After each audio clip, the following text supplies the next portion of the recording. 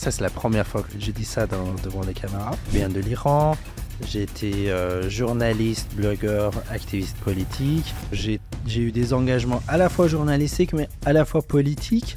J'ai été arrêté plusieurs fois. La première fois, c'était quand j'avais 19 ans. Tu peux en parler ou pas? Non, pas trop. Pas trop? Voilà. Ok, il n'y a pas de souci. Donc, en créant Welcome Account, j'ai fait un switch de mission.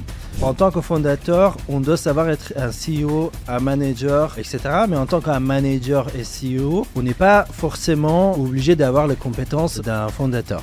Tu viens avec quoi comme mission dans ta tête quand tu arrives en France? Et à quel point ce même job d'entrepreneur te demande de l'effort ou est difficile au quotidien? 12. Ok. Après ce que tu as vécu en Iran, humainement, l'entrepreneuriat c'est facile. Ouais. Est-ce que c'est la mission? Est-ce que c'est le produit? Qu'est-ce qui doit convaincre? Très touchy comme question. Salut à toutes et tous, c'est Yacine et bienvenue dans ce nouvel épisode de Dans la tête d'un CEO. Aujourd'hui, j'ai le plaisir de recevoir quelqu'un qui œuvre pour la communauté. Est-ce que je peux dire ça, Ro? Tu peux dire ça, oui. Bon, je sais même pas si je l'ai bien dit. J'ai dit Roux, mais je me suis... Non, si. Ça va, c'était pas mal. C'est parfait. Oui. Bon, comment ça va? Très bien. De bon vendredi matin. Ouais. Nous deux en retard. Oui. Ça s'annonce une belle conversation. Raconte-moi ce que tu as créé. Tu es le CEO de plein de sociétés. Non, je suis le CEO d'une seule société. Okay. Effectivement, je suis président de Singa. Mais tu as raison, j'ai contribué à pas mal d'autres choses. C'est quoi aujourd'hui? Mais là, c'est Welcome Account. Tu l'as fondé? Que j'ai cofondé en 2022 avec Caroline Espan, ma cofondatrice. On salue. Voilà. Et donc, qui est une fintech, néobanque, pour les nouveaux arrivants, les personnes immigrées qui arrivent de partout du monde, en France, en Europe, pour travailler, pour étudier ou pour des raisons humanitaires, des personnes réfugiées comme moi. Tu vas justement, ce que j'aime beaucoup, c'est que tu as monté plusieurs sociétés, plusieurs boîtes, et j'ai le sentiment que c'est aussi pour aider des personnes qui, comme toi, sont venues en France. T'es venu en France à quel âge, toi? J'avais 26 ans. 26 ans. Oui. Quel âge? Attends, on ne parle pas d'âge, c'est bon. Oui. Mais ça fait quelques années que tu es en France. Demain, c'est mon anniversaire. Arrête. Je vais avoir 42 ans. Bon, joyeux anniv en avance, parce que je suis pas sûr qu'on sera ensemble, mais en tout cas, voilà, demain c'est samedi, je pense que tu fêteras ça bien. Oui. On revient à nos sujets, on va parler d'entrepreneuriat, on va parler de mission, de vie, de quête de sens, et on va d'abord rentrer dans un sujet qui m'intéresse beaucoup récemment, j'aime bien commencer par ça. Ce podcast s'appelle Dans la tête d'un CEO. Donc CEO, en français c'est PDG, PDG dedans il y a président, donc je crois que tu as ce titre dans même plusieurs boîtes ou sociétés. J'aimerais te demander c'est quoi le rôle d'un CEO, et j'aimerais mettre une petite nuance. Est-ce que tu pourras après me dire le rôle d'un fondateur? Est-ce que c'est différent pour toi? C'est tout à fait différent. Par définition, un fondateur, on peut avoir plusieurs fondateurs dont seulement une qui devient CEO. Mais quand on est fondateur, cofondateur et CEO, on cumule plusieurs rôles. C'est quoi les différences que tu verras entre les deux jobs? Parce qu'en fait, un CEO pourrait arriver plus tard aussi. C'est ce qui est arrivé pour toi avec Singa? Oui, je suis devenu président chez Singa, mais dans une société, le CEO peut...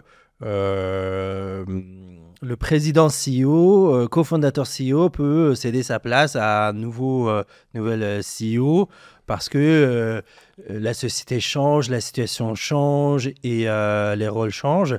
Mais au départ, on est président, cofondateur, CEO, directeur de com, sales, chargé des réseaux sociaux, fundraising, on est tout. Donc, justement, il faut pouvoir être à l'aise avec tout ça, avoir les mains dans les cambrouilles tout le temps, mais en même temps réfléchir à créer une organisation qui pourrait perdurer dans le temps et déléguer dans certaines situations, même sans moi. Et ça, c'est pas évident. À la fois, il faut avoir en fait cette sensibilité et fibre personnelle. Parce que c'est de l'humain à chaque fois. C'est du Oui, management. parce qu'en fait, des fois, on est fondateur de sociétés et de startups, mais on aime plutôt l'aspect, en fait, toucher tout le temps.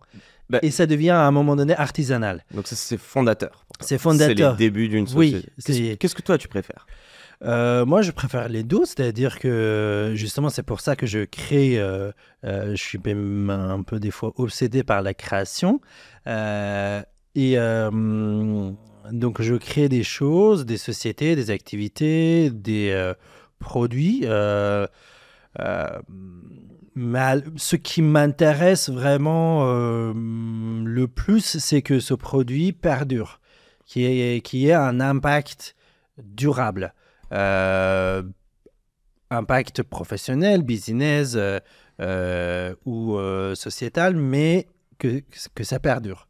Tu veux créer... Donc, si je comprends bien, on va pas se mentir, CEO, tu peux l'être un certain temps, fondateur, c'est sentimental et tu le restes à vie. Oui, en plus. Ouais. Donc ça, c'est... Et toi, tu es un créateur plutôt qu'un manager.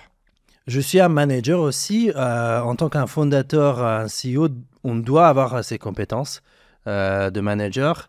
Mais ce que je dis, en fait, en tant que fondateur, on doit savoir être un CEO, un manager, etc. Mais en tant qu'un manager et CEO, on n'est pas forcément obligé d'avoir les compétences d'un fondateur. Ok. Donc, on peut être un CEO sans être CEO fondateur. intérim, ok. On peut intégrer, là, par exemple, le CEO de Microsoft n'est pas le fondateur de Microsoft. C'est plus Bill Gates, quoi. Voilà. Ok. Ok, reprenons un petit peu, j'allais dire, l'origine. T'es originaire d'où, toi? De l'Iran. Est-ce que tu peux me...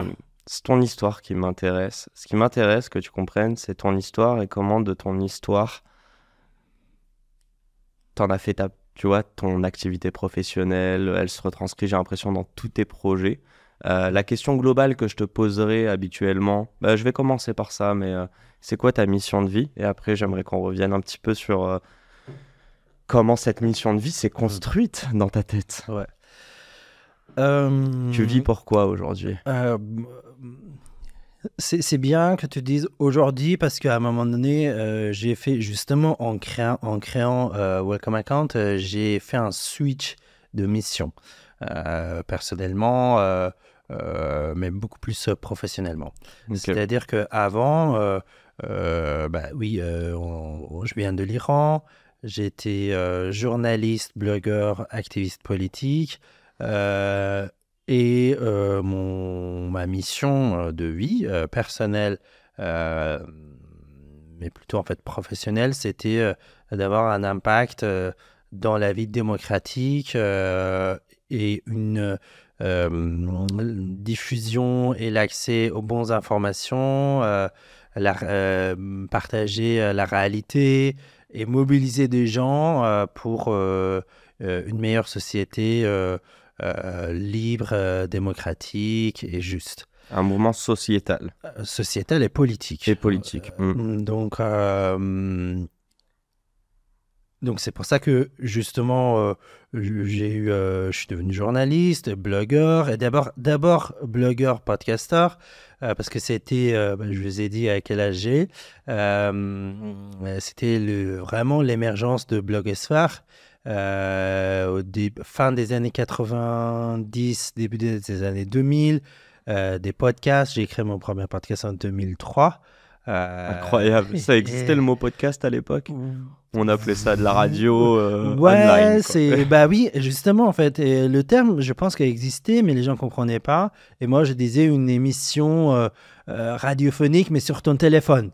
Donc, les gens ne comprenaient pas. Et quand j'enregistrais, à l'époque, le Internet de haut débit n'était pas si accessible que ça. Surtout pas sur les téléphones. Pas du tout sur les téléphones. Et même chez les gens, il y avait, je ne sais pas si tu te souviens, il y avait le dial-up. Donc, se connecter avec une ligne téléphonique, ça faisait ce bruit. Ouais, je vois. Et on Donc, avait surtout un temps limité. Ouais, Et- exactement. Et ça coûtait beaucoup plus cher qu'aujourd'hui.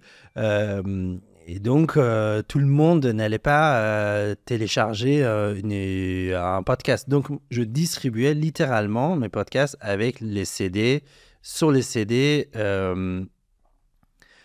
et sur les clés USB. Ok. Donc, c'était... Roots. Oui, exactement. Pour te dire que oui, j'étais toujours geek aussi, de un peu coder mon propre blog. À l'époque, ne serait-ce que pour changer une photo de droite vers gauche, il fallait savoir écrire une ligne de code. Ok. Donc, Il n'y avait pas l'outil automatique avec pas le du bouton. tout, il n'y avait pas drag and drop. En fait, tout était manuel. Donc, je peux pas dire que je suis un codeur, mais je sais lire, je sais un peu parfois quand il y a des bugs, écrire quelques phrases, lignes de code. Et Cette mission, elle a évolué, tu dirais, quand tu es arrivé à donc, Paris. pourquoi? Parce qu'en fait, je voyais que Internet, c'est un espace nouvel, espace libre et accessible pour les gens, pour raconter les histoires, pour propager la réalité, pour mobiliser en fait les gens. Donc, c'est ça ma mission. Donc, j'ai eu des engagements à la fois journalistiques, mais à la fois politiques. Et l'intersection des deux a fait que j'ai eu des soucis politiques. J'ai réussi avec mes camarades, évidemment, mobiliser des millions de personnes, plutôt en fait des jeunes, en 2009, 2008, 2009, pendant l'élection présidentielle face au président sortant ultra-conservateur populiste, Ahmadinejad, et surtout mobiliser les gens par Internet, mais dans la rue. C'était pour manifester, pardon? Oui. Ok. D'abord, en fait, mobiliser les gens contre le président pendant la campagne électorale. Ensuite, quand il y a eu en fait, le gouvernement, le régime a triché. Donc, on a eu ce sentiment que les élections nous ont été volées. Et donc, on a manifesté dans la rue. Et à un moment donné, ça nous a complètement dépassé. Donc, les gens ont sorti dans la rue. Mais c'était nous derrière cette mobilisation par Internet. C'était les premières fois où sur YouTube et Facebook et Twitter, c'était déjà le cas, on avait les contenus politiques. Twitter... Non censuré, du coup. Non censuré parce qu'il y avait... Il y Non, avait pas même en d'emprise fait, politique tout court. Ok. YouTube était pour les tutos, pour Ouais, les... c'est vrai. C'était entertainment. Ouais, entertainment. Facebook était pour draguer des filles et des garçons, ou partager ses photos de vacances.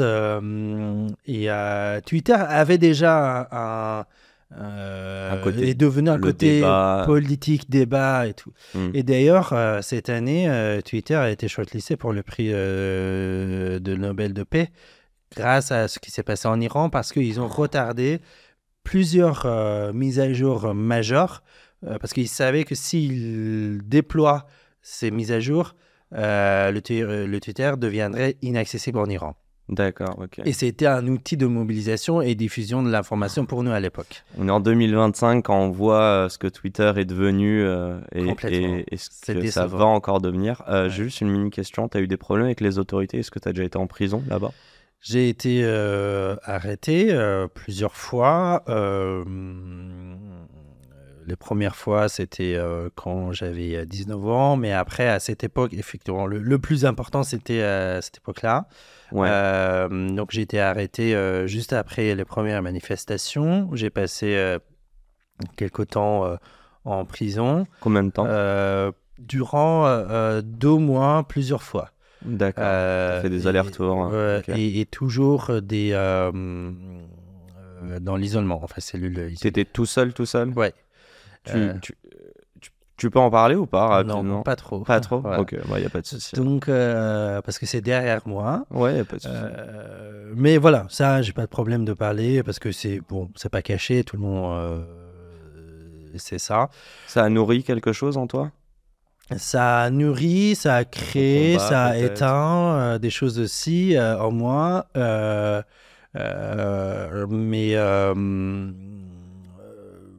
Mais c'était en fait, aujourd'hui j'en parle plus facilement, mais c'était un trauma pendant des années. Et non, mais t'inquiète, Ouais, l'idée c'est ouais. pas d'ouvrir des traumas. Par contre, ce que je suis Ouais. très curieux de comprendre, si t'es ok là-dessus, c'est il y a quelque chose que t'avais en toi via le politique, le sociétal.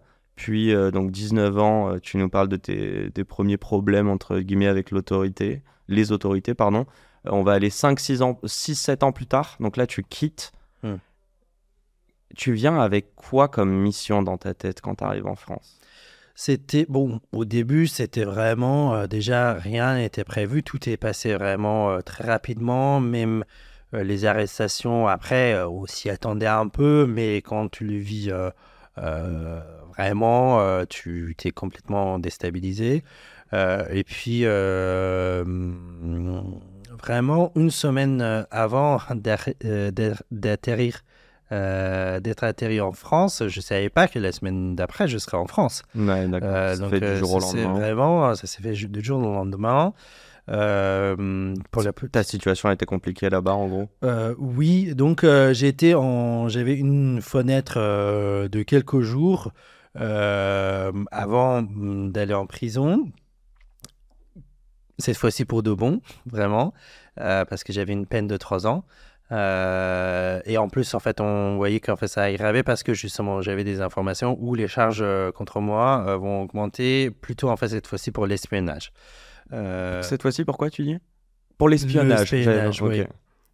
Et parce que voilà, ça c'est vraiment un truc. En fait, ils ont fait un montage. Vraiment, on doit leur décerner le prix de meilleur scénario des Oscars. Des acteurs. Non, des scénarios, vraiment, en fait. ok.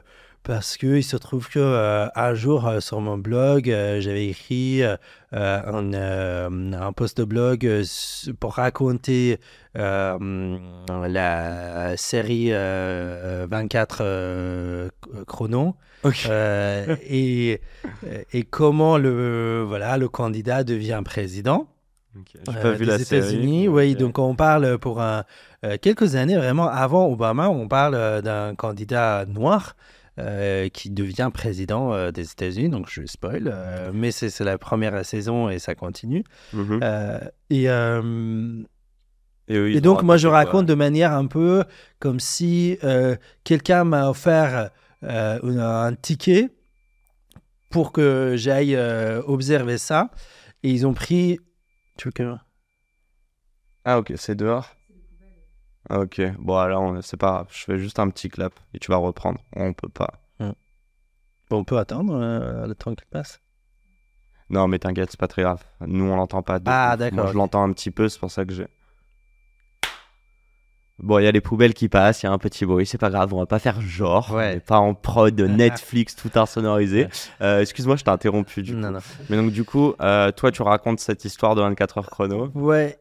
Et donc, ils prennent littéralement... ils le collent avec une histoire... un interview d'une journaliste de Financial Times qui était venue en Iran pour m'interviewer parce qu'en fait j'ai été justement à la tête de l'équipe qui a développé le symbole de ce mouvement vert, qui est devenu mouvement vert. Je rentre pas dans l'histoire, donc et mobilisation citoyenne sur Internet. À l'époque, c'était waouh. Aujourd'hui, c'est devenu banal. Et T'étais un influenceur. Kind of. Non, parce que j'étais pas hyper connu. Donc, dans le milieu, oui. Oui, mais ton métier était d'influencer les gens à prendre. Donc, mobilisateur. Le vrai mobilisateur. Oui. On va pas mettre le mauvais mot. Oui, influenceur. Ouais. Non, c'est pas un mauvais. Tu faisais pas des partenariats, quoi. Non. Genre, par exemple, j'avais pas énormément de followers, mais j'avais, mon blog était un peu suivi. C'était une référence pour la cause. Mais pas le grand public. Et donc, Journaliste du du New York de Times. The Financial Times, Financial donc Times. fait interview BBC et tout. Donc il colle tout ça. En fait, ok, t'es allé aux États-Unis. Après, les médias occidentaux ont fait ont fait la promotion de ce que t'as fait. Donc t'es agent des États-Unis. Ah, ok, d'accord. Donc tu vois en fait, et donc T'es allé là-bas ou t'as parlé avec, ça y oui, est, t'es un ouais, espion, quoi. ouais. Ok. Et bref, donc je décide de partir provisoirement et passer quelque temps en Turquie. Là-bas, il y a, je croise dans la rue un autre journaliste britannique qui a été en prison au même moment que moi, qui me dit, mais Roux, t'es là, on pense, en fait, il n'y a plus de nouvelles de toi, et on pense que t'es disparu dans la prison. D'accord, ok. Et donc, il alerte l'Amnesty International, Reporters sans frontières, Roux Sarar, il est à Istanbul, il n'est pas mort. Et donc, je reçois très rapidement deux propositions des États-Unis et de la France Pour pour t'exiler l'asile politique. Ok. Mais j'avais vraiment 24 heures parce que c'était vraiment un contexte très pour répondre. Choisir l'un ou l'autre pour lancer les procédures. Donc, Pourquoi t'as choisi la France? plusieurs. C'est un choix très rapide, C'était j'imagine. déjà rapide. C'était plus proche. C'était plus proche. Mais vraiment. Non, mais c'est con, mais oui. Non, mais c'est ça. 2 fois plus loin. Ouais. Je ne pensais pas vouloir me lancer à l'époque, dans l'aventure entrepreneuriale tech. Sinon, j'aurais dû choisir les États-Unis. La West Coast. Carrément. Oh, oui. reste tranquille là. Sois gentil avec notre écosystème. Voilà, on va pas se mentir. Mais à l'époque où justement, hein, pour te dire en fait quelle était ma vision, ma mission, c'était plutôt ce qui était en fait dans les médias, le journalisme, l'engagement politique, voire l'écriture, la littérature. Donc c'était tout ça. Je dis, ok, pour tout ça, évidemment, la France est une meilleure place pour y être et culturellement, historiquement. Ouais. Okay. Sauf que tu as créé une boîte tech. Ouais, mais t'as quand même créé des assos entre-temps. Non, exactement. Donc, je ne regrette absolument pas, surtout avec ce qui se passe aujourd'hui aux États-Unis. Je regrette absolument pas. Mais en revanche, oui, c'est plus difficile, on va pas se mentir, d'être entrepreneur de tech immigré en France qu'aux États-Unis. Ça, c'est une réalité. Bien sûr. C'est limite être immigré aux États-Unis quand tu es dans la tech, c'est un nice to have. C'est un nice to have. Ouais. Surtout être un Iranien, parce qu'il y a quelques nationalités qui sont un peu plus. Indien, chinois. Exactement. Tu as le CEO de Uber, fondateur de YouTube, de Dropbox, PayPal, qui est un eBay, qui est un franco-iranien. Okay. Donc. T'as une communauté, t'es bien considéré. Bah, en France, en Europe, c'est pas du tout le cas. D'accord, je savais pas du tout ça. Tu fais quoi quand tu arrives en France?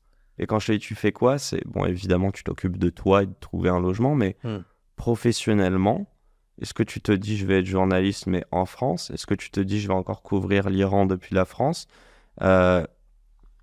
Et c'est quoi la première structure que tu crées à ce moment-là? Comment t'arrives à cette justement, je savais pas. J'étais, je savais pas vraiment. Ok. Donc, naturellement, ce que je fais, continuer travailler sur ce que j'étais à l'aise, donc couvrir l'Iran pour les uns, parce que je parlais pas français quand je suis arrivé, donc même pas. T'as pas appris en une semaine? Non. Non, c'est pas naturel. Donc, ouais. On dit ça, mais quelques années plus tard, tu passes à la télé sur une des chaînes nationales françaises, donc M6 avec Yvette Associé, on en parle après. Oui, bien sûr, mais avant, j'ai passé en tant que journaliste, donc pendant quelques années, je couvre l'Iran. À un moment donné, je dis non, en fait, ça sert à rien de faire de journalisme remote. Donc, je sentais de perdre mon contact avec la réalité de terrain. Donc j'ai dit, ok, je vais parler de l'Iran, mais aussi du Moyen-Orient, de la région, mais envers un public francophone français. D'accord. Donc, je Pourquoi? commence à écrire parce que en fait, je voyais que déjà les questions géopolitiques sont complètement très très mal traitées dans les revues et les journaux spécialisés. C'est bien, mais dès qu'on touche le grand public, parce que c'est complexe, donc voilà. Et parfois, il y a des gens qui connaissent rien du tout. Et puis surtout, avoir des vrais Iraniens qui racontent l'histoire de l'Iran. Oui. Enfin, donc, il n'y en a pas beaucoup, j'imagine. Il y en a, aujourd'hui, il y en a, heureusement. À plus, à l'époque, pas du tout. Donc, j'ai été parmi les premières ou des rares qui écrivaient. Donc, j'ai eu en 2011 la proposition de Pierre Aski, à l'époque fondateur et CEO de Rue 89, parmi des rares journalistes entrepreneurs restants, parce que je pense que c'est une espèce en voie de disparition en France et en Europe, journaliste entrepreneur. Et donc, m'a proposé d'écrire sur Rue 89, et c'est comme ça que j'ai commencé à écrire et participer sur les plateaux de télé, de radio, pour parler de l'Iran. C'est ma dernière question sur l'Iran. C'est un chapitre qu'on va clore, mais c'est très important de comprendre pour moi. Aujourd'hui, ce que tu fais, tu ne sers pas que les Iraniens, tu sers donc des personnes qui sont réfugiées, même des personnes qui pourraient... Nouveaux arrivants. Voilà, qui pourraient s'identifier à toi. Tu arrives, tu connais pas le pays, tu connais pas l'école, tu parles pas la langue. Mais avant ça, il était hyper important. Tu te sentais responsable de devoir servir tes compatriotes qui sont restés dans le pays. Et pour ça, il fallait mobiliser et la France et l'Occident. Ouais, exactement. Et donc, j'ai été beaucoup engagé à la fois en tant que journaliste, mais aussi un mobilisateur politique. Aux États-Unis, on dit community organizer. Leader aussi. Oui, s'il n'y avait pas d'objectif financier, ça reste... Oui, mais vraiment, il y a un métier qui est moins identifié en France de community organizer. Community builder, ouais. Donc, c'est des gens qui vont en fait organiser les autres gens pour créer un contre-pouvoir démocratique. Ok. Donc, ça n'existe pas en France. Non, c'est très vertical, parti politique. J'ai eu des expériences pour m'impliquer en fait dans la politique en France. Finalement, j'étais très déçu parce que voilà, il n'y a pas cette mentalité ou beaucoup moins. Donc, je fais le... Mais oui, il y a eu ce sentiment, ce sens de mission. Après quelques années, je me suis rendu compte que, ok, je suis éloigné, je ne peux pas me prétendre d'être un leader parce que je ne connais pas la réalité de la vie des gens, je ne connais plus à cause de cette distance. Mais tu peux toujours raconter ton histoire. Je peux raconter mon histoire, ce que j'ai vu, mais en fait, je ne peux pas rester attaché au passé. Donc, je voulais aller en avant, à la fois pour moi, mais pour le pays aussi. Donc, voilà, raconter l'histoire de l'Iran dans la presse, l'histoire actuelle, mais pas du passé. Donc, j'ai créé un média, c'était ma première boîte en France, Lettres persanes, justement, c'était une sorte de courrier international qui part de l'Iran, un peu de la région aussi. En français ou en anglais? En français, un peu en anglais aussi. Okay. Tu parles anglais depuis quand? Depuis jeune ou... Depuis jeune, depuis un peu fin de lycée. Mais tu communiquais en perse quand tu étais en Iran? Oui. Oui, quand tu écrivais et tout. Non, mais c'est intéressant parce que quand tu étais sur place, tu t'adressais aux gens sur place. Exactement. Et quand tu es sorti, tu as voulu inclure le reste du monde. Je veux juste savoir, et c'est la très bonne intro, on va passer business. Après ce que tu as vécu en Iran, humainement, sociétalement, politiquement parlant, l'entrepreneuriat, c'est facile? Ouais. Exactement. J'emprunte un témoignage du fondateur de la société Moderna, qu'on connaît justement On a découvert avec les vaccins, tout les ça, vaccins, là, qui est lui-même un immigré arménien et libano-arménien, qui dit toutes les qualités rares mais nécessaires pour un entrepreneur sont des qualités normales pour un immigré. C'est-à-dire le sens de trouver une solution, de pas de côté, d'adaptation à une nouvelle situation, de prise de risque. Mais ça, ces choses-là, elles viennent de traumas en général, elles viennent de choses lourdes qu'on a vécues avant. Est-ce qu'on peut réussir et être bon sans avoir cette chose-là? Ouais. Ça devient des traumas, mais ça devient de la réalité, une nouvelle réalité aussi. C'est-à-dire que tu débarques dans un nouveau pays, en fait, tout est nouveau pour toi. Bien sûr. Donc, tu vois que des nouvelles choses. Et tu te rends pas compte qu'il y a des choses qui sont là depuis des décennies, voire des siècles, où c'est nouveau. Et d'ailleurs, c'est pour ça que je dis vraiment la population immigrée pour les entrepreneurs de tech est un asset.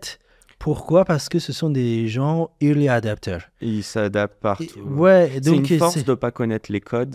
Ça peut être une force. C'est-à-dire de ne pas tout calculer. Ouais, en fait, ne serait-ce qu'en tant qu'utilisateur, donc tu dis pas, par exemple dans mon domaine aujourd'hui qui est la banque, FinTech, tu dis pas que ah non, je vais créer un compte chez la BNP ou la Société Générale ou Revolut ou Welcome Account.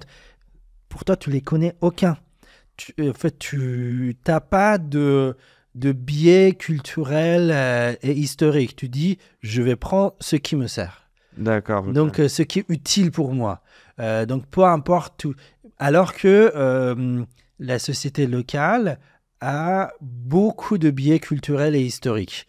Tu dis, ah non, et ça empêche avoir accès en fait des bons plans, des nouveaux produits, de tester des nouvelles choses. Donc ça, c'est quelque chose, mais dans mon cas, c'était, en fait, je dois me débrouiller. Mais tu l'as pas intellectualisé à l'instant T? Pas du tout. Et c'est pour ça que je te dis que ne pas connaître les codes, c'est une force, c'est dans le sens où ton objectif à l'instant T, apprendre le français, t'adapter, avoir une nouvelle vie. Oui. Ok. Ouais. Et je voulais absolument pas, à l'époque, alors que j'avais la possibilité, et j'ai fait pendant quand même quelques années, continuer comme un salarié de rédaction. Continuer comme un salarié continuer de rédaction, le boulot de journaliste, quoi, en fait. Et ne pas, en fait, sans aucun jugement, mais c'était pas déjà, j'avais pas la place. Oui, déjà, j'avais pas l'accès, donc j'étais pas en position privilégiée par rapport aux rédactions qui ne sont pas très, à mon avis, tu vois beaucoup moins de noirs et arabes dans le journalisme journalisme en France que dans l'entrepreneuriat, je peux te dire ça. Pourquoi ça change aujourd'hui. Aujourd'hui, ça change. Non, mais pourquoi? Parce que c'est un métier d'élite. L'entrepreneuriat ou le journalisme? Tu trouves pas que l'entrepreneuriat est un métier de vrai? Oui. Il n'est pas retranscrit comme une élite intellectuelle. Non, mais c'est un mais en US, c'est l'élite, l'entrepreneuriat. Non, ça dépend comment tu deviens parmi l'élite, mais tu peux ne pas être l'élite. Non, mais ce que je veux dire, c'est qu'en France, quand on parle d'élite, on parle de culture, d'intellectuel, mais on valorise peut-être pas assez l'entrepreneuriat par rapport à un journaliste, par exemple. Ça dépend dans quel milieu, oui, mais aujourd'hui, je pense que je sens depuis une dizaine d'années un changement de l'environnement, donc le start-up devient beaucoup plus sexy qu'avant, et donc moi j'ai eu l'expérience de passer à la télé dans une période de ma vie comme journaliste, mais aujourd'hui comme entrepreneur. C'est quoi la différence pour toi? La différence, c'est que, comme tu dis, en fait, quand, en tant que journaliste, passer à la télé, à la radio ou dans la presse, donc il y a un respect. Les gens, en fait... T'es validé, en fait. T'es validé, t'es respecté. Donc, on sait que tu ne gagnes pas ta vie, mais on sait que tu fais des trucs vraiment incroyables, parce que le métier de journaliste, c'est quand même incroyable, des vrais journalistes. Tu découvres des choses, tu racontes des choses, des challenges, tu es devant l'inconnu, tu dois vraiment créer. Et en plus de transmettre tout ça pour que les gens le lisent, le comprennent. Mais tu as eu plus de retours positifs sur qui veut être mon associé, ou plus de personnes qui ont été en mode waouh sur le côté journalistique? Sur le côté journalistique, ça a été jamais envers moi-même. C'était le sujet. En fait, quand les gens me voyaient... Ils voyaient pas ton histoire, en fait, derrière. Ouais. Okay. Et alors qu'en tant qu'entrepreneur, déjà, de fait, les gens voient que tu es en train de créer quelque chose. Et en plus, dans mon cas, c'est lié à ma propre histoire, que je ne le racontais pas quand j'étais journaliste, parce que ça manque l'objectivité. Bien sûr, non, mais c'est intéressant. En fait, c'était plus neutre, le journalisme. C'était moins toi. Ouais. Et en tant que créateur, parce que tu nous l'as dit, tu es un créateur, tu aimes créer. C'était une nouvelle forme de créativité, que ça soit Welcome Account, que ça soit même Singa, tu as dû innover, et puis avant, L'aide personne. Tu prenais plus de plaisir dans quoi? Dans le journalisme ou aujourd'hui dans l'entrepreneuriat? Et je sais que c'est des moments de vie différents, que c'est des contextes géopolitiques différents, mais que c'est aussi toi qui es différent, avec un peu de culture française maintenant, on va pas se mentir. Non, pas du tout. On va pas se mentir. On est d'accord. Oui, non, complètement. Tu manges du gros camembert, tu râles dans le métro, enfin voilà quoi. Oui, Roquefort. Moi, j'adore Roquefort. Vraiment, c'était quelque chose...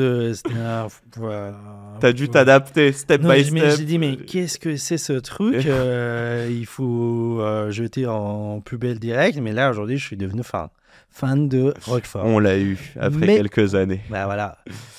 Ouais.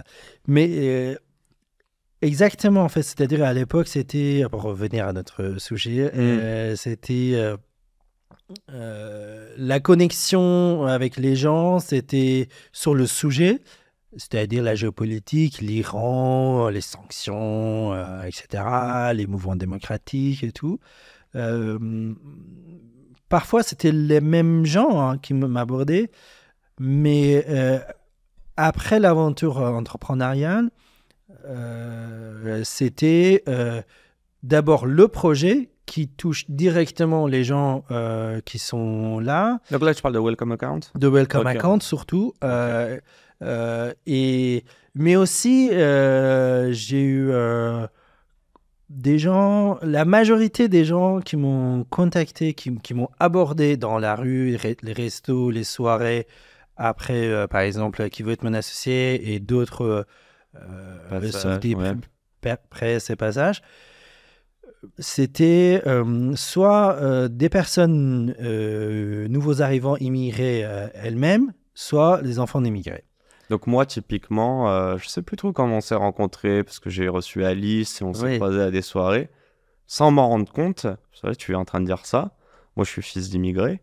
Tu penses que j'ai une sensibilité peut-être à ton histoire plus forte que quelqu'un qui serait pas immigré en France? En tout cas, dans mon cas, je vois beaucoup de gens qui viennent vers moi, qui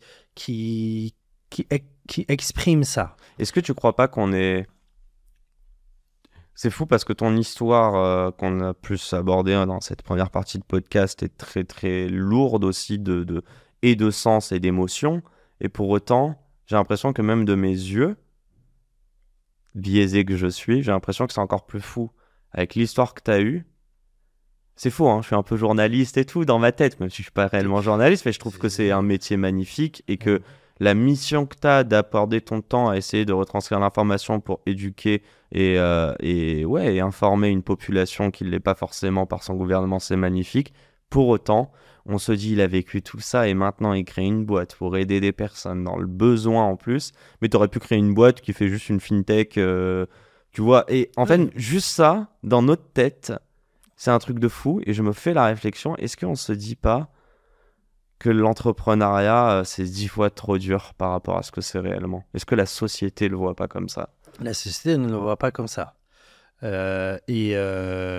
Oui, en fait, c'est hyper dur, surtout quand tu ne viens pas d'un milieu un peu plus aisé, Mhm. avec plus de background économique et social, une sécurité. Euh, Par exemple, là, il y a un ami qui est venu me voir, lui-même euh, un leader, un réfugié politique, pour le coup, qui fait vraiment, qui travaille dans les banques aujourd'hui, qui est venu me voir et me dit, mais Roux, en fait, à la fois quand en fait, je regrette de ne pas faire comme toi. J'ai dit, en fait, tu peux pas faire comme moi, parce que tu as une famille, tu as 2 enfants, tu es réfugié toi-même, tu n'as personne ici, tu n'as pas de backup Mais toi de non vie. plus, t'en avais pas quand t'es arrivé. Moi, je n'en avais pas, mais j'avais pas la chance que j'avais, ou la différence de situation, c'est que j'avais pas une famille en charge, Lui, il à avait la déjà charge. sa famille quand il est Oui, arrivé. Ok, donc et l'objectif, c'est de trouver un job direct. complètement. D'accord. Et C'est c'est peut-être très différent. difficile. Lui, il a pas pu suivre sa passion, par Non, exemple. non. Et ça c'est la réalité des personnes immigrées. D'accord. Et Donc, tu te considères un immigré chanceux un immigré par rapport à d'autres? chanceux, bon, il n'y avait pas eu de chance. J'ai fait ce choix. Donc, j'ai sacrifié pas mal de choses dans ma vie. Et Mais tu as surtout, une certaine liberté dans j'ai ta une. tête, dans ce Oui, que tu veux évidemment, faire. Ok. évidemment. Et quand je vois, donc, par exemple, pour un peu aborder la même chose qu'on a dit tout à l'heure, l'un de mes investisseurs, qui est une investisseuse, et je ne savais pas cette histoire, j'ai entendu dans un autre podcast, elle racontait Faria Shah, pourquoi elle a investi chez Welcome Account et qu'elle a mis un ticket, parce qu'elle est investisseuse déjà, mais elle a mis un ticket plus important que les autres Ok. boîtes. Elle a mis avec Paul ou pas? Paul Lé? Non. Non, elle a fait. Ok. Non. Parce qu'elle veut... J'ai une Ouais. intro par Paul, c'est Ouais. pour ça.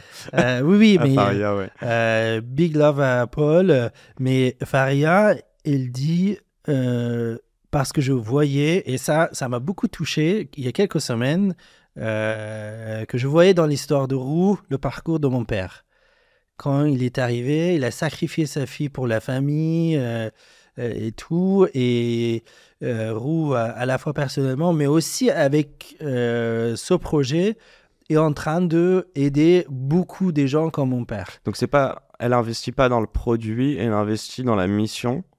Au final, et Ouais. l'impact que Au tu vas départ, avoir. elle a investi dans le Non, produit. mais quand même, Mais elle aurait le pas ticket, investi sur. oui, le ticket supplémentaire qu'elle a fait, C'est parce- c'est-à-dire qu'elle a doublé par rapport aux moyens de ce que le ticket qu'elle met, parce que cette couche supplémentaire d'impact et l'histoire personnelle, à la fois d'elle-même Mhm. et son père, et moi aussi. Quand on achète et quand on vend, je suis convaincu aujourd'hui qu'on n'achète pas qu'un produit, on achète une histoire et on achète de l'émotion. Tu vois, c'est ce qu'on ça nous Ouais. procure. J'aimerais savoir, est-ce que toi, Welcome Account, t'as envie que les gens achètent la solution ou deviennent des partenaires, te soutiennent parce qu'ils croient dans ton projet, ton histoire, la mission, ou parce que tout simplement, ils trouvent que le produit est 10 fois mieux que... et là, tu vas nous raconter, mais je pense qu'on ne peut pas ouvrir un Revolut demain si on arrive et qu'on est immigré en France. Oui. Mais ça, j'aimerais bien savoir, Ouais. est-ce que c'est la mission? Est-ce que c'est le produit que tu as envie de réellement vendre ou de convaincre? Qu'est-ce qui doit convaincre? Très touchy comme question. Parce qu'il y a des billets dedans. Oui, il C'est y a un des billets prisme, dedans. ouais. Et je pense qu'en fait, ils doivent être, comment dire, corrélés. On peut pas le voir séparément. Je pense qu'il y a une histoire qui enrichit un produit, mais un produit doit servir à un vrai besoin. Donc les gens, peut-être qu'ils payent une fois ou dans des circonstances un Ok. peu Pour voilà, l'histoire, pour l'histoire, mais en fait, mais ils reviendront pas si oui, le il n'y aura projet est pas un projet durable, un business durable. Et donc, justement, pour avoir son impact durable, il faut que le produit vraiment soit adapté par les gens qui ne connaissent même pas peut-être au début l'histoire, mais après, on peut créer des connexions. Le produit est le plus important que Roux? il doit devenir plus important que vous. Tu travailles pour ça. Oui. Ok. Et on dit toujours que dans les startups, dans l'étape de création, l'histoire d'une startup est liée à l'histoire du fondateur ou des fondateurs. Mais quand ça devient établi, c'est l'histoire du produit. Donc, il faut que les gens parlent du produit. Qu'est-ce qui a été retenu, sachant que tu as pitché avec ta cofondatrice, il me semble, là, qui va être mon associé. Oui. Qu'est-ce qui a été retenu de votre passage? Le produit ou l'histoire? C'est de la télé, hein? En fait, la télé, c'est plutôt un peu l'histoire, mais le produit aussi. C'est-à-dire le fait qu'on a eu 3 propositions d'investissement. Raconte le passage, voilà. Qui vous a proposé? Jean-Pierre Nadir, Marc Simoncini et Anthony Bourbon. Et vous avez accepté lesquels? On n'a pas accepté Nadir et Simoncini sur le plateau. On a accepté l'offre d'Anthony avec un bémol qu'on doit aller voir avec nos investisseurs et aussi nos avocats parce qu'on avait un contrat. C'est un sujet très technique. D'accord, mais en gros, il y avait une levée qui était déjà... Oui, on a fait déjà une levée. Donc finalement, ça ne l'a pas fait avec Anthony? Non. Ok, non. Mais vous étiez... Ok. Donc, mais on a resté en contact. Il nous a présenté en fait d'autres investisseurs. Ça, c'est intéressant parce que les gens pensent qu'à la télé, Anthony, en plus, il est un peu dur en égo. Et en fait, si le deal n'a pas abouti pour X raisons qui fait que les planètes ne sont pas alignées... c'est pas son argent qui l'intéresse, c'est le fait de vous faire avancer et du coup il va quand même faire des intros. Oui. Et je trouve ça important parce qu'autant il est pas blanc comme neige sur plein de choses, mais autant faut le dire aussi quand il y a des gens qui soutiennent d'autres personnes. Évidemment, pareil Jean-Pierre Nadir. En fait déjà les deux ont fait des très gentils mots envers moi pendant l'émission. Mais qu'ils ont soutenu des semaines qui ont suivi la diffusion en off et en public aussi. Hein. Sur LinkedIn. Donc, sur les réseaux. Donc, ça, c'est important en fait, de dire. Excuse-moi, vas-y. Hein. De dire, en fait, de mentionner que tout n'est pas fini sur le plateau. Donc, on est resté en contact. Même Stéphanie Delestre, qui n'a pas... qui était là il y a 2 jours. Ah oui, Stéphanie, elle n'a pas investi, elle n'a pas même proposé un investissement, mais plus tard, elle nous a fait des mises en relation business, elle nous a accueillis dans son podcast. Est-ce que tu as des investisseurs que toi, tu as l'impression qu'ils ont voulu investir chez vous, mais comme s'ils investissaient chez Singa, parce que tu as aussi été à la tête d'une association à but non lucratif. Or là, vous êtes à but lucratif. Oui. Est-ce que c'est déjà arrivé? Et qu'est-ce que ça t'a procuré? Que des gens veulent investir non pas parce qu'ils pensent que tu vas tout défoncer financièrement, mais juste parce que c'est un beau projet. C'est des choses différentes. Hein. Oui, c'est des choses très différentes. Et non, en fait, en réalité, la nature d'une donation est différente qu'un investissement. C'est ça. Non, ouais, mais parfois, il y a des gens qui investissent, c'est pas une donation, mais dans leur tête, ils sont en mode, c'est pas grave si je perds mon argent. Tu vois ce que je veux dire? Est-ce qu'ils ont des attentes quand ils investissent chez Welcome Évidemment, Records, comme n'importe quelle boîte. Moi, j'ai la chance d'avoir, jusqu'à maintenant, de travailler avec des investisseurs qui croient au projet. Évidemment, le fait que je suis président de Singa a joué dans le fait qu'en fait, qu'ils aient plus de confiance en moi. Mais tout ça, c'est le point de départ. Mais après, le deal reste un deal. Il faut les convaincre qu'en fait, c'est un business et que tu veux, en fait, que tu cherches un ROI.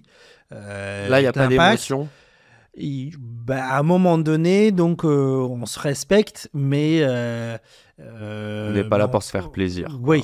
On est là pour faire du business. Et moi, en tout cas, je n'ai pas, jusqu'à maintenant, autour de moi, des investisseurs ou des gens qui peuvent se permettre de dire... Je te donne ça, je sais pas. En fait, tu verras ce que tu veux. Tu n'as pas rencontré les riches encore ou les ultra riches? Non, pas jusqu'à maintenant.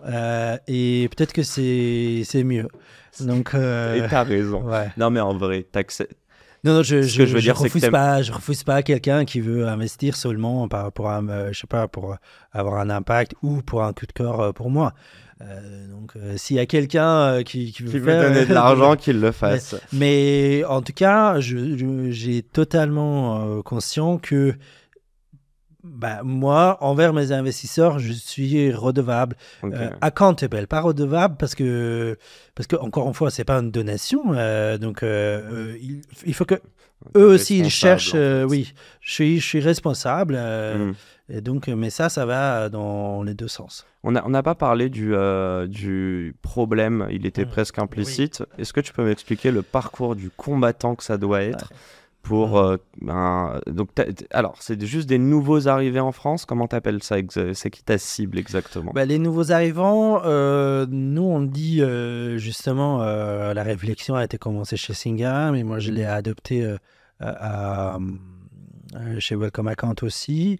C'est pas parce qu'en fait les gens qui viennent d'arriver, c'est des personnes immigrées en fait qui sont en fait qui ne sont pas des locaux et des natifs, qui viennent pour des raisons variées. C'est pas que de l'asile politique. Non. Hein. Okay.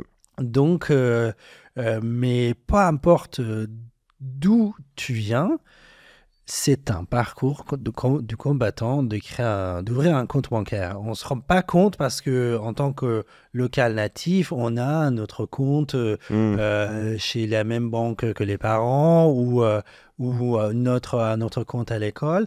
Qu'est-ce qu'on te demande en fait? On demande.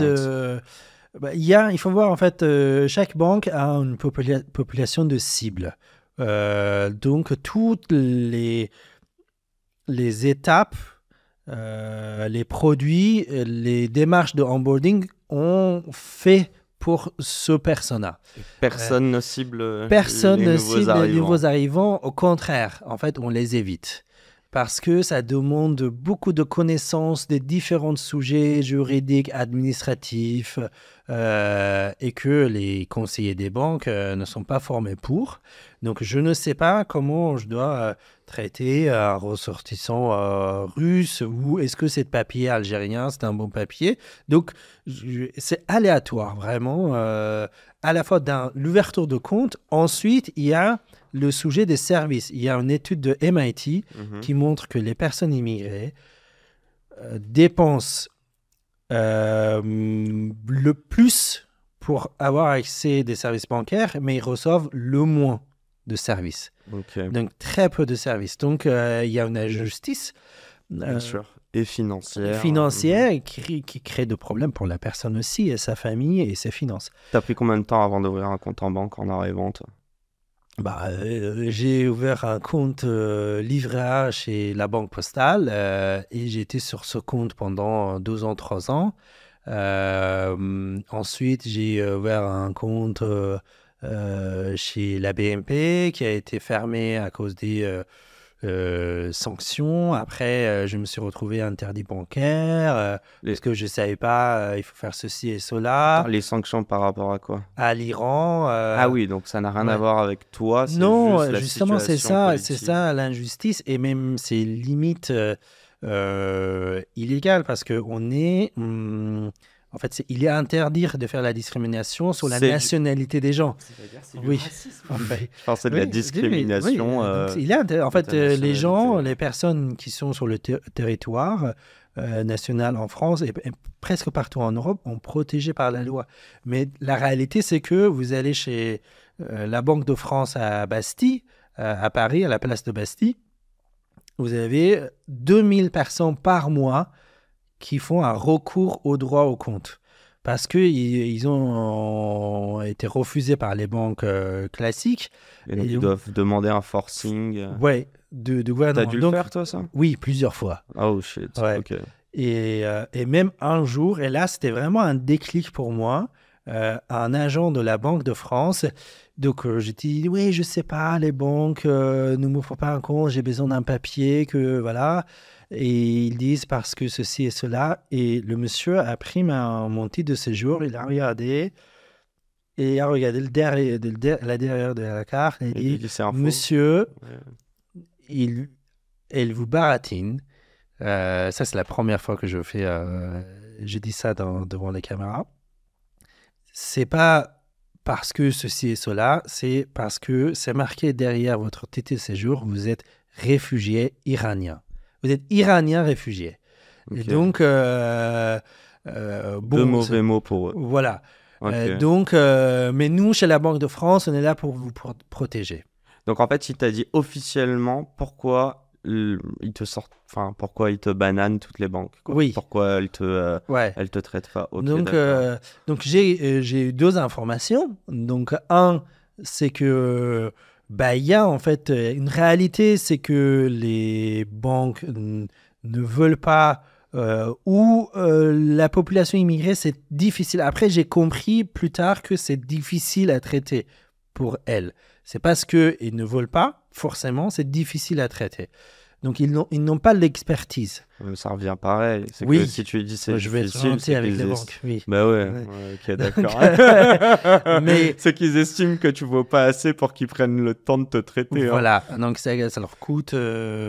Tu coûtes plus cher qu'un local, quoi, Oui, tout simplement. plutôt en termes de temps, mais pas en termes de l'argent. Au contraire, en termes d'argent, je ne le coûte pas cher, l'inverse. Mais ça crée, voilà.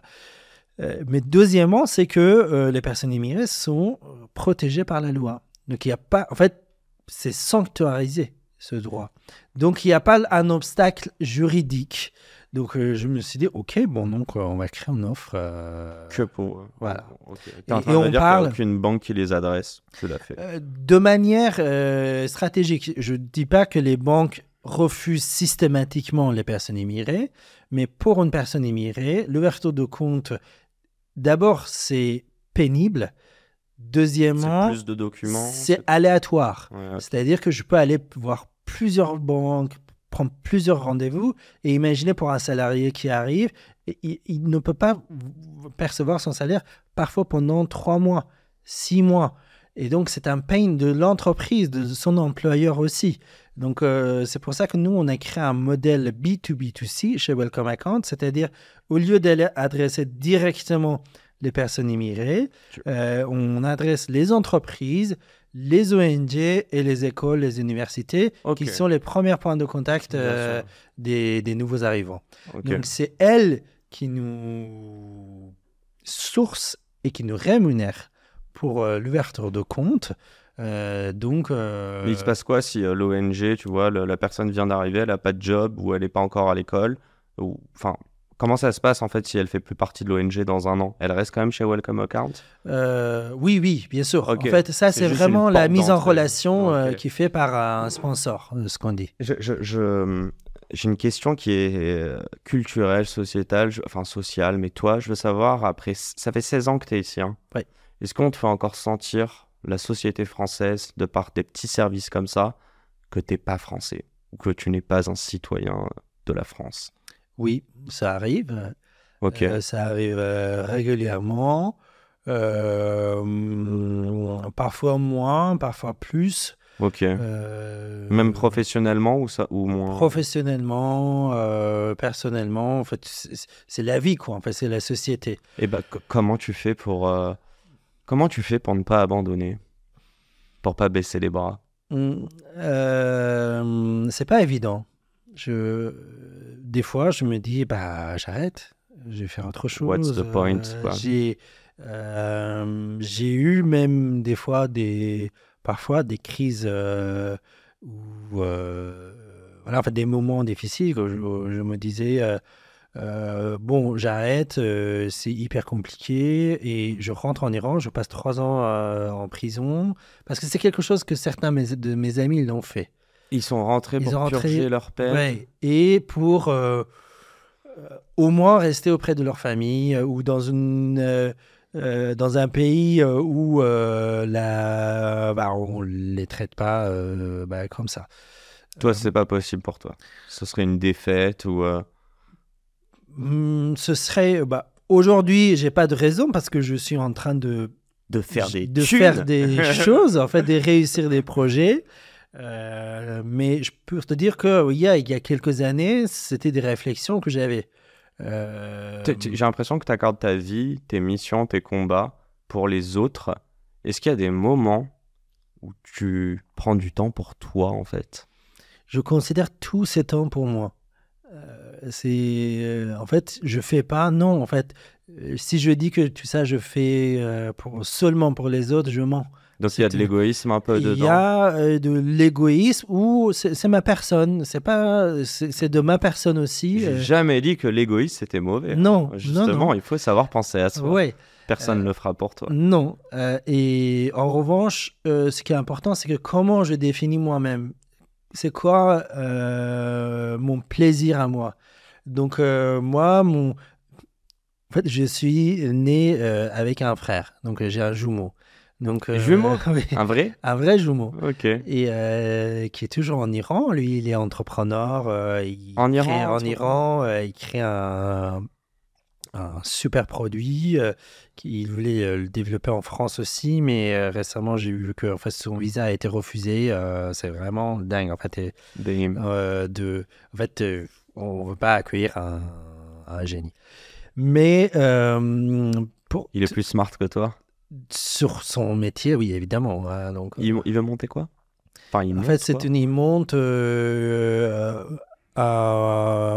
fait, un outil de création et de l'analyse de contenu pour les journalistes par l'IA. Ok. Voilà.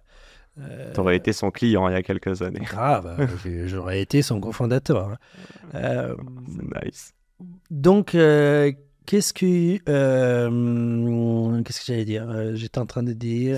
pardon, on a perdu... Non, moi, la question... oui, de la personne. En voilà. fait, pour moi, oui, je suis né avec un jumeau et la vie était toujours en pluriel pour moi. Même quand je parle de mon enfance, je dis nous, on a fait ça, nous, on a subi ça. Nous... Toi, t'es un collectif à toi tout seul. Donc, c'est nous, c'est toujours mon frère et moi. Mais il n'y a pas des limites dans tout ça? C'est de toi t'oublier par moment? Et là, je t'embête. Hein, si, et donc, ce que je dis, en fait, je définis dans beaucoup de cas, mais pas tous les cas, mais dans la plupart du temps, mon plaisir personnel dans quelque chose qui est partagé, qui est collectif. Donc, si les gens autour de moi soient contents, donc ça fait un grave plaisir pour moi. Okay. Si j'ai un impact sur aujourd'hui les gens qui ont le même parcours que moi, c'est vraiment mon plaisir très profond personnel. Mais évidemment, moi, je suis quelqu'un, en fait, je dois passer le temps de solitude régulièrement. Okay. Donc, pour méditer, pour réfléchir. D'accord.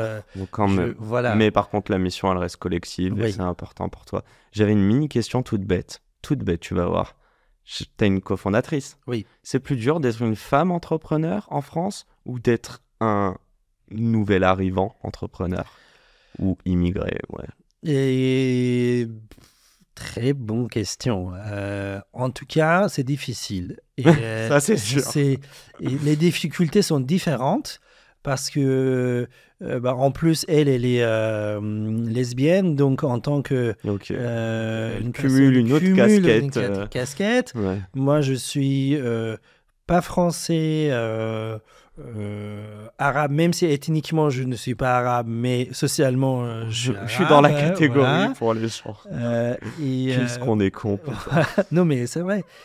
Et donc on subit des discriminations, des remarques, des comportements est-ce que explicites et implicites. Est-ce que ça engrange pas, ça vous donne pas encore plus envie de réussir? Oui, ça nous donne envie de réussir. En plus, pour moi, et j'espère que ce serait la même chose pour elle, c'est que moi, je comprends ce qu'elle subit. Parce que moi, je le vis d'une autre manière. Et donc, il y a cette compréhension mutuelle aussi. Donc, j'espère qu'elle ne se sente pas toute seule dans ces moments difficiles. En tout cas, moi, je ne me sens pas seule. Parce que même si elle ne subit pas la même chose que moi, mais elle comprend. Bien sûr, elle a sa réalité sur autre chose.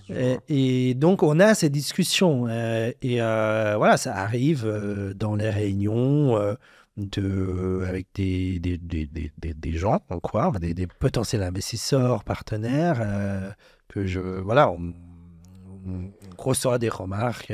Ok. Mais en vrai, t'as pas envie de les avoir à ton bord, ces gens-là. Hein. Non. Non. Non. Donc, On termine ce podcast, Ro. ouais. Je te pose ma petite question du tac au tac. Sur une échelle de 1 à 10, à quel point tu es heureux au quotidien? Ça dépend des jours, mais ça varie de 5 à 9. Ok. Voilà. Ok. Mm. Sur une échelle de 1 à 10, à quel point tu es riche au quotidien? Ça varie de quoi à quoi? En tant qu'un banquier, 3 à 5. 3 à 5 là? Oui, les premières années d'entrepreneur, c'est très difficile, hein. Donc, on n'a pas de salaire régulier. Moi, j'ai vécu en fait, pendant des années de mes économies. Tu gagnais mieux en tant que journaliste? Non. Non. Mais le but, le jour où on réussit vraiment, aujourd'hui, oui, je peux pas mentir parce qu'en fait, en tant que journaliste, j'ai jamais gagné ma vie en tant que journaliste. Je faisais toujours des missions à droite à Ok. gauche. Et débrouillard. Quoi. ouais. Ok. Et surtout de journaliste immigré, j'ai jamais eu de place fixe dans les rédactions. Donc, tu as toujours été sur Oui. anticiper le next Oui. move. Hein. Ouais. Sur une échelle de 1 à 10, à quel point ton quotidien d'entrepreneur, et non pas de journaliste, Ouais. d'entrepreneur, t'apporte toi du sens dans ta vie au quotidien? 10. Et à quel point ce même job d'entrepreneur te demande de l'effort ou est difficile au quotidien? Sur une échelle de 10, De 1 à 10. 12. 12. Ok, donc corrélation entre le bonheur Ouais. et la douleur ou Ouais. la difficulté. Ouais. Ça va être ma dernière question. Bon, t'as pas étudié en France.